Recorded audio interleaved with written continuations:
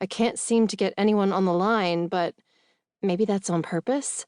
Maybe Nash somehow knows that unfamiliar number is mine and is refusing to pick up the phone on principle?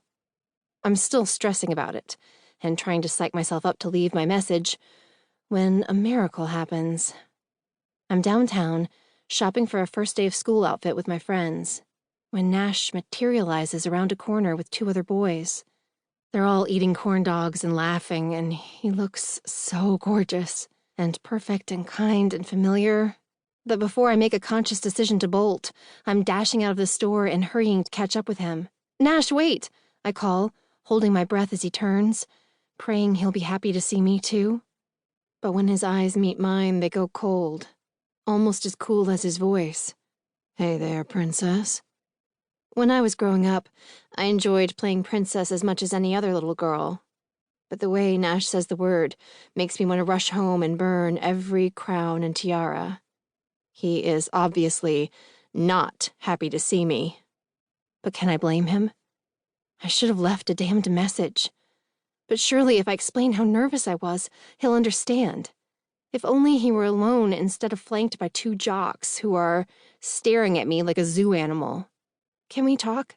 I squeak, sounding about 10 years old. "Please?" "No, thanks," Nash says, still sounding like a stranger. "Wouldn't want to piss off your daddy." "Please," I beg, willing him to see how sorry I am for the way things went down. "I can explain, I'm sure you could, but you didn't," he cuts in. "So why bother now?"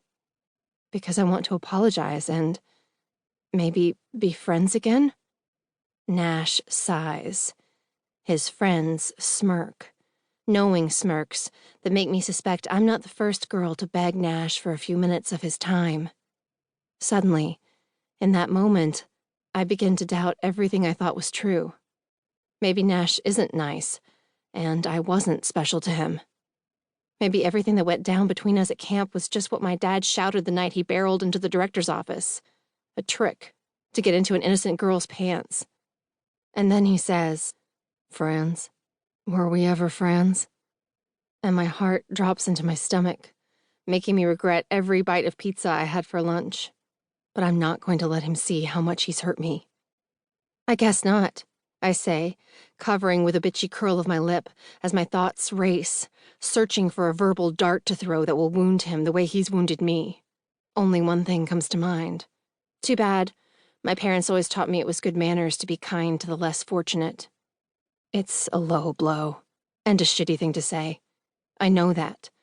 But in the moment, all I care about is giving Nash a taste of his own medicine. His flinch, as my dart flies through the chink in his armor, is so simultaneously gratifying and shame-inducing. It makes my pulse race and my cheeks flush hot. But he recovers quickly, shrugging me off.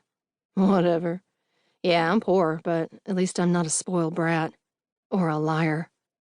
I want to tell him he's crazy, to insist that I never lied, that every sweet thing I said to him and about him was the absolute truth. But I can't. He's not who I thought he was. And I'm not the type to take abuse lying down. I'm a fighter. Always have been, always will be. So I simply arch what I hope is an amused brow and mutter, "Whatever, loser," before spinning on my heel and walking back to join my friends. So it begins. And so it continues. For the next 3 years, while I'm finishing high school and Nash graduates and starts working construction with his uncle, the 2 of us exchange verbal grenades every time our paths cross, which, in a town the size of Bliss River, is way more often than I'd like. By the time I moved to Paris to study to be a pastry chef the summer after graduation, I can't remember feeling anything for Nash but contempt. I've forgotten the way he knocked me off my feet when I was 15, and I refuse to admit, even to myself, that no one has ever lit me up the way Nash Geary did one hot summer night.